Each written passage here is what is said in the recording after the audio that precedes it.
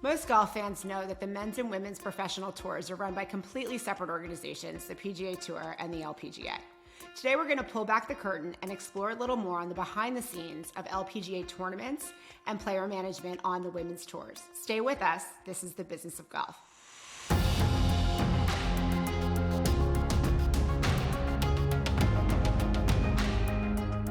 Welcome into the Business of Golf. I'm Alyson Johnson here with Adam Grubb, and I'm excited about today's conversation. You know, we've spoken with Ty Votov, the PGA Tour. We've had a tournament director on, Steve Gent from Sanderson Farms.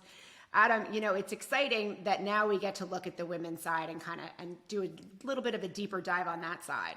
Yeah, it is. And, you know, this is exactly what the Business of Golf show is about. It's about the peeling behind the curtain, getting behind the scenes, but also talking to those unsung heroes and those that are actually running things and moving games forward and moving the needle in the sport and bringing them to light. And so today's guest is obviously one of those people, and I'm excited.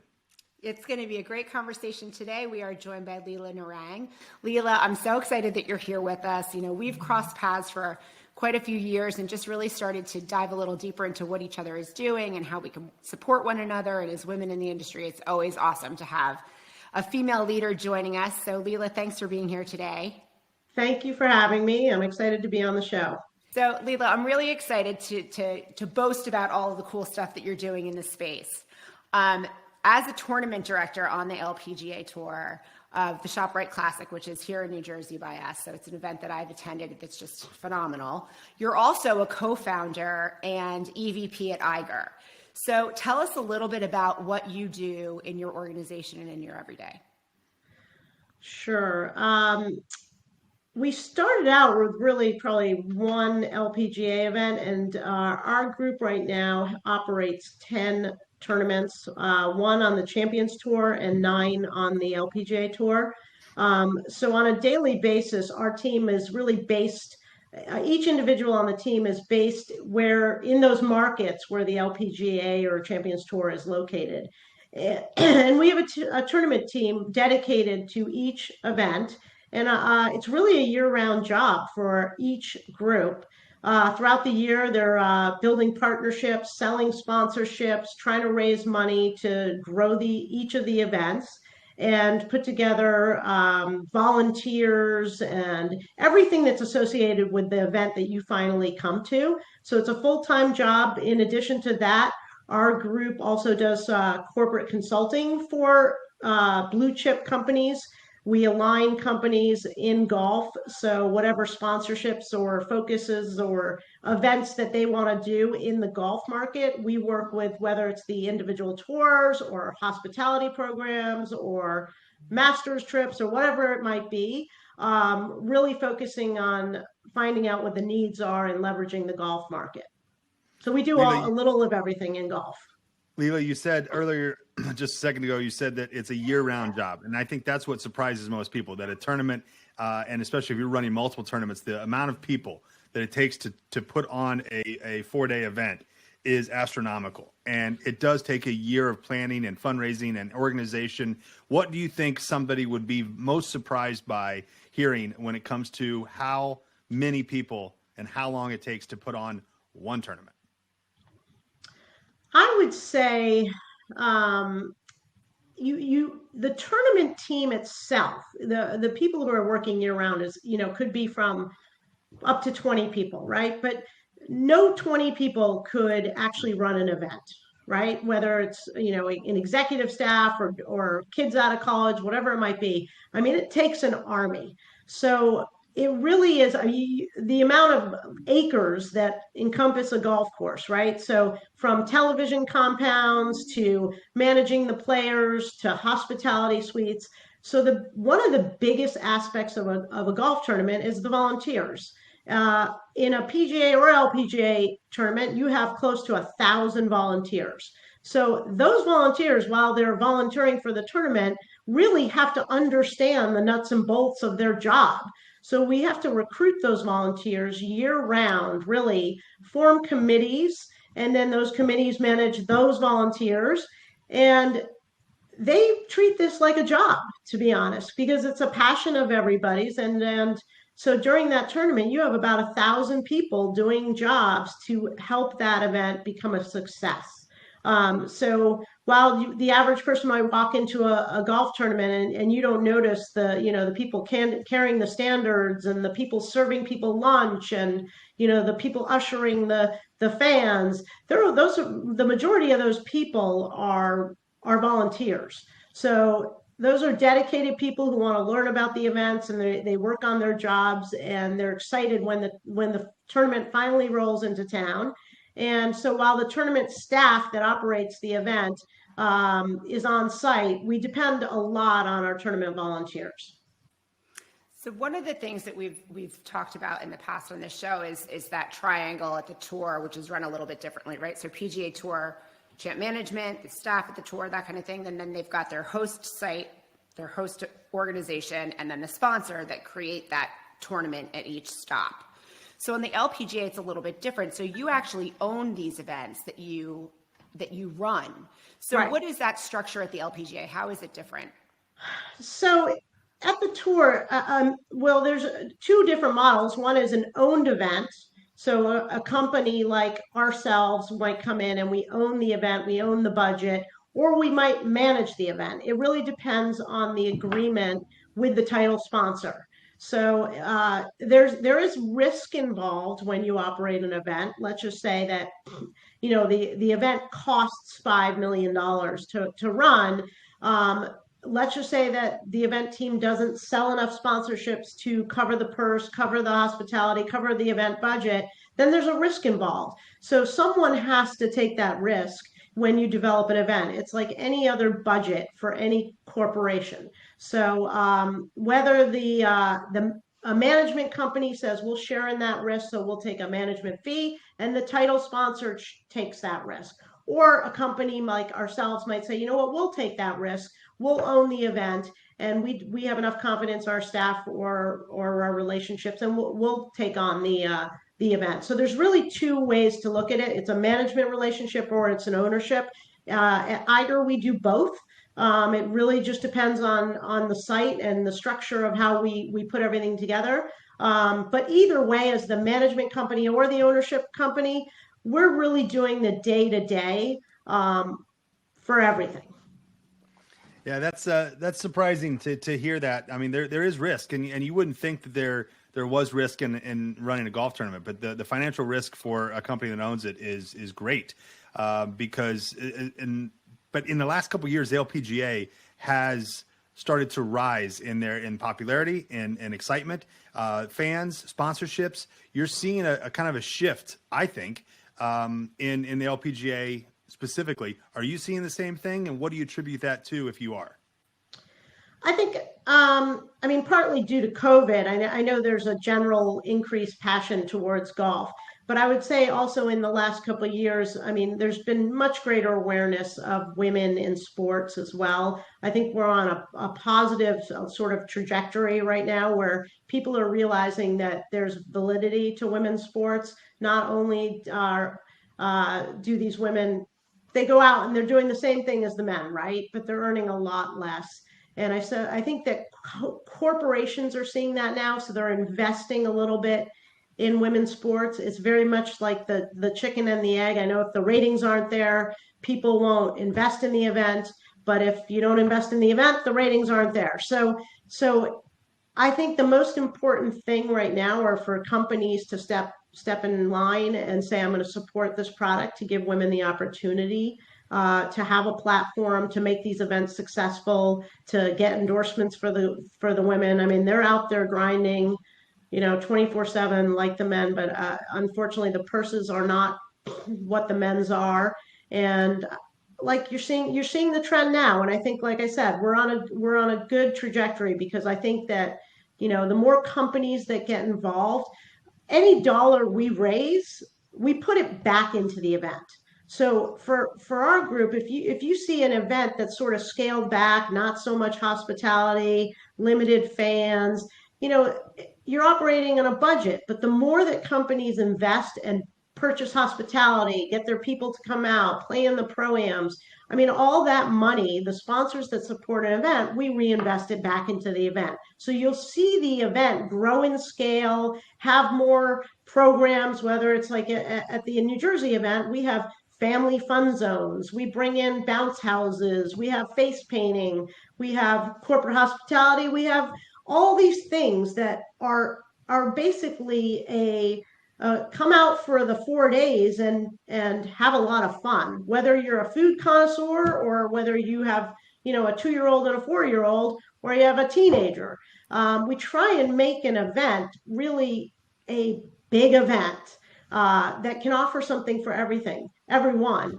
But the most important thing is that we need the funds to grow that event, right? So when we bring in sponsors, ultimately you're affecting the community, right? So the money's going back into the community. You're doing charitable initiatives. I mean, at the ShopRite LPGA, we probably have upwards of 50 events that are within the event. And the average consumer may not know that, but we are doing hospital visits, throwing out first pitches. We are going to food banks. I mean, those players arrive on Monday, and we might have 3 hospital visits where these players go to like a NICU unit and talk to parents and talk to the kids, and another person might be at a cancer place, talking with cancer victims, and we engage in the community. And that's the whole purpose, is like to tell people who may not know anything about golf, hey, the tour is in town, and look at these women and look what they do. So we're engaged, even though we're in Southern New Jersey, we bring Philly fans out. We bring the Philly mascot out. We do things that are fun and unique, just to really engage in the community. So the more that companies support a golf event, the greater and bigger the event becomes. So I want to talk about that New Jersey event just a little bit more, because it is one of the most successful LPGA scheduled tournaments.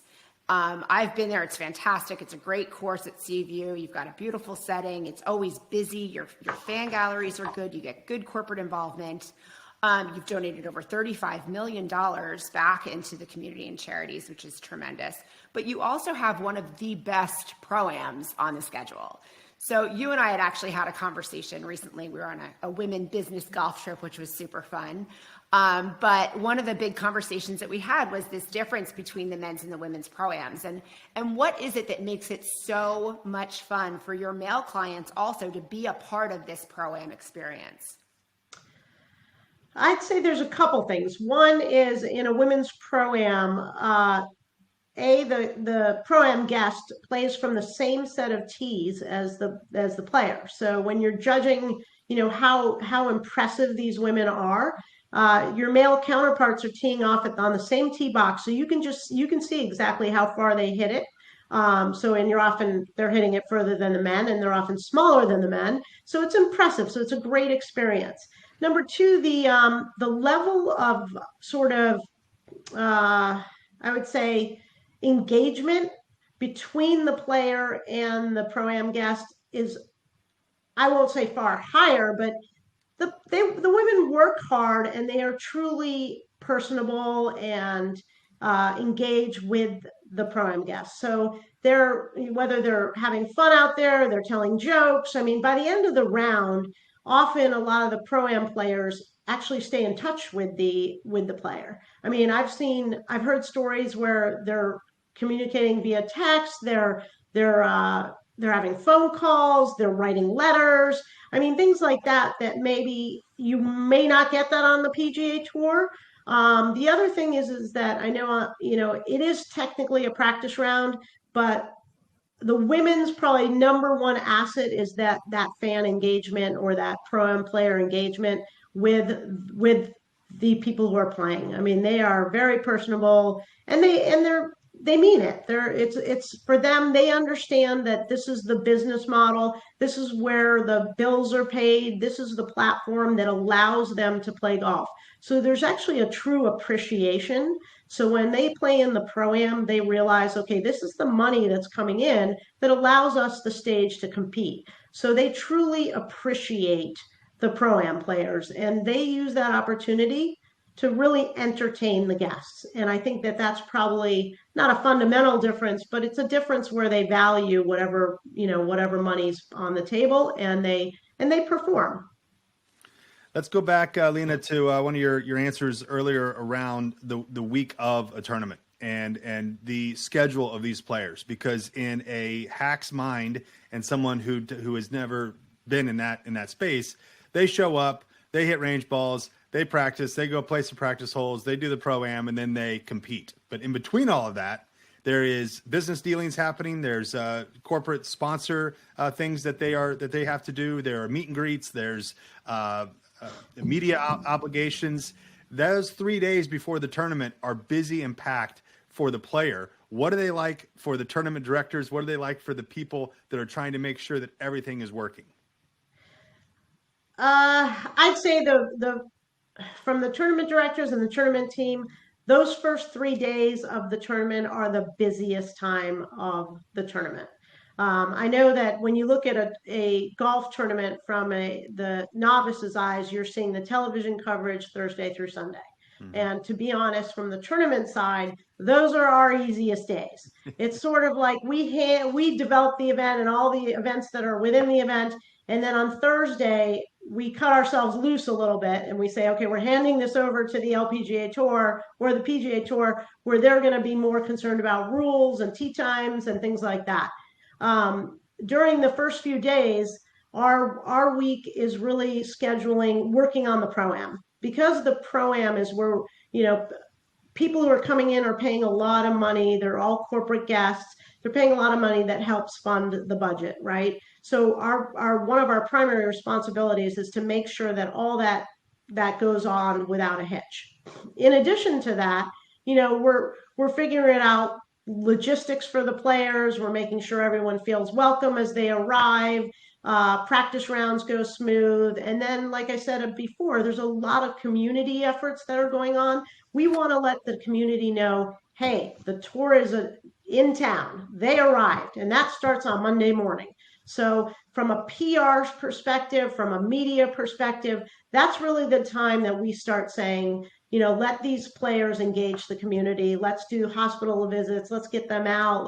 Let's sort of generate buzz, because come Thursday, we really don't want to put any kind of pressure on these women at that point. They're there to, really perform and focus on their game. Not that Monday through Wednesday, they don't have to do that, but they really are in a more of a helpful position to the tournament team. So we can leverage that to, do things within the community, do things at the golf course, do women's forums. So often we'll do like a women's clinic, we do a women's forum, we do things on site that would, also engage other parts of the community to come out and sort of see these players outside of their regular position of playing on Thursday through Sunday. So there's a lot going on. Yeah, sounds like it. So Leela, one of the things that I think is just mind-blowing to me is not only are you a founder in this business and running multiple tournaments, you're a tournament director for specific tournaments, but you're also an agent. And so in working with players, one of the things that has been talked about a lot over the last year or two is the disparity in men's and women's sports.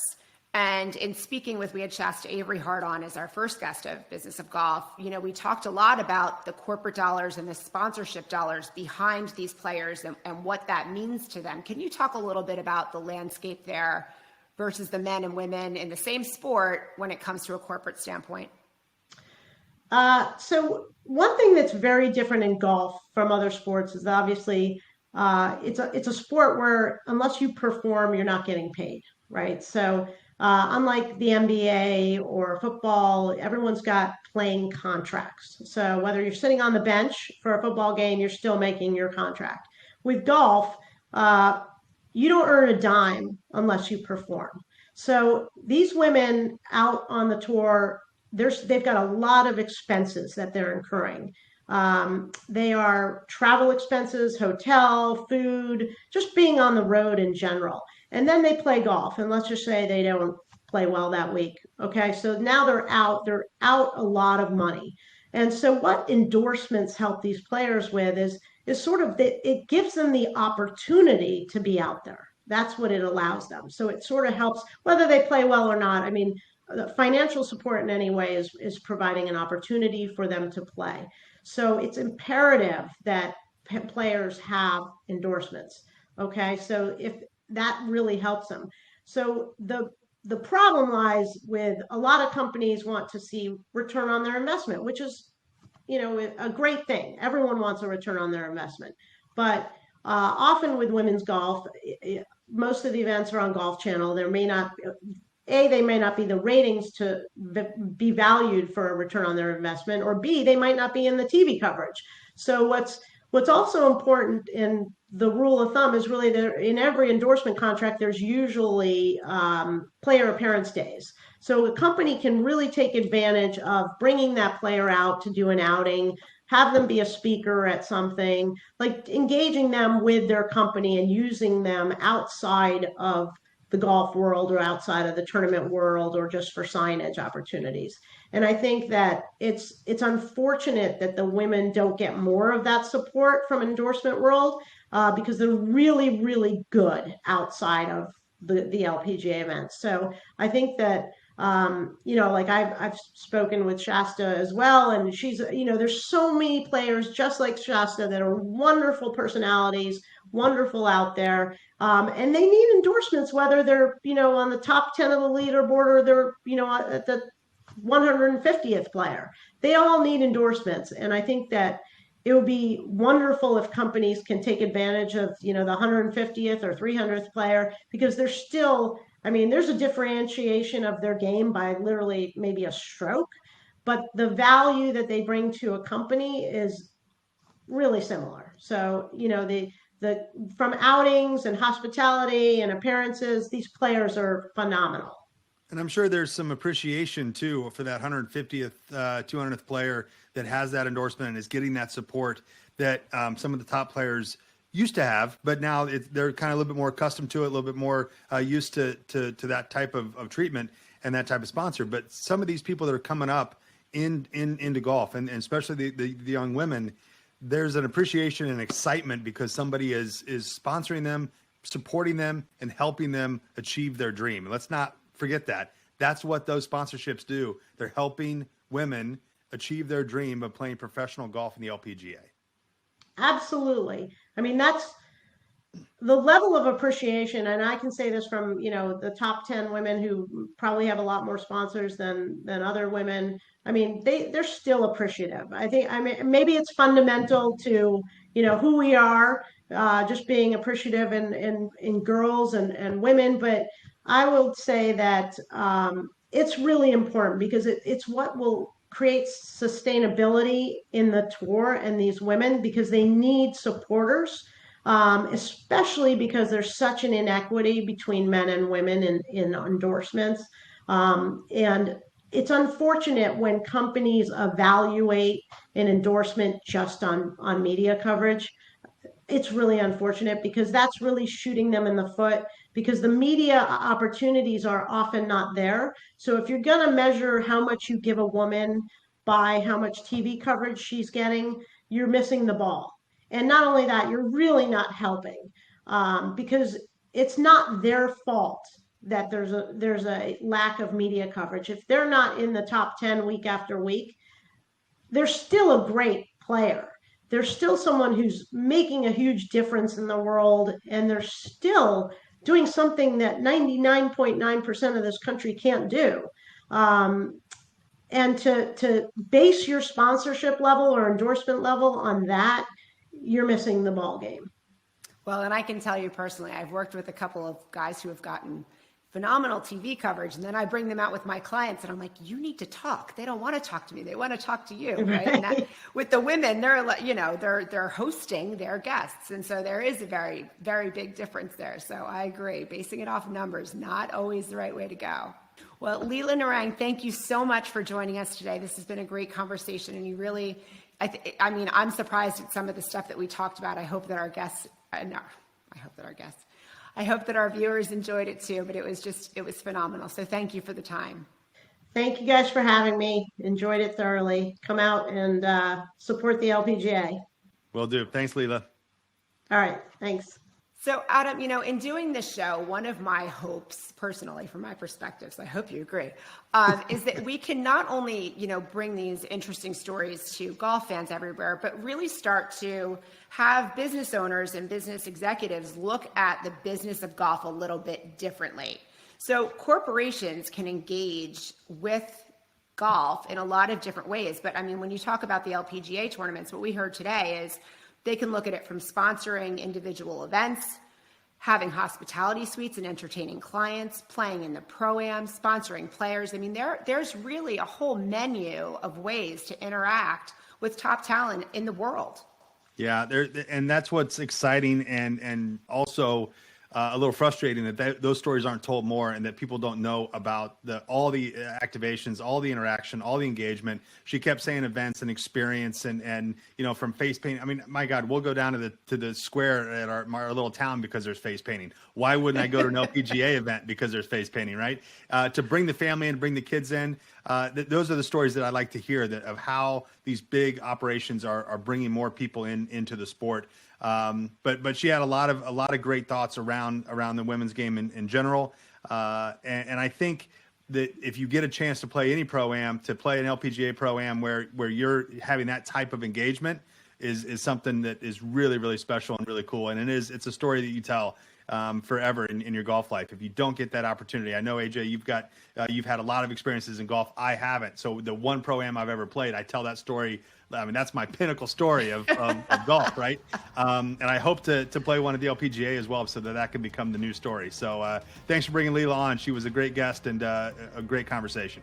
Well, it's always fun here at the Business of Golf on the Stick and Hack Network, and we will be back next week with more stories from behind the scenes.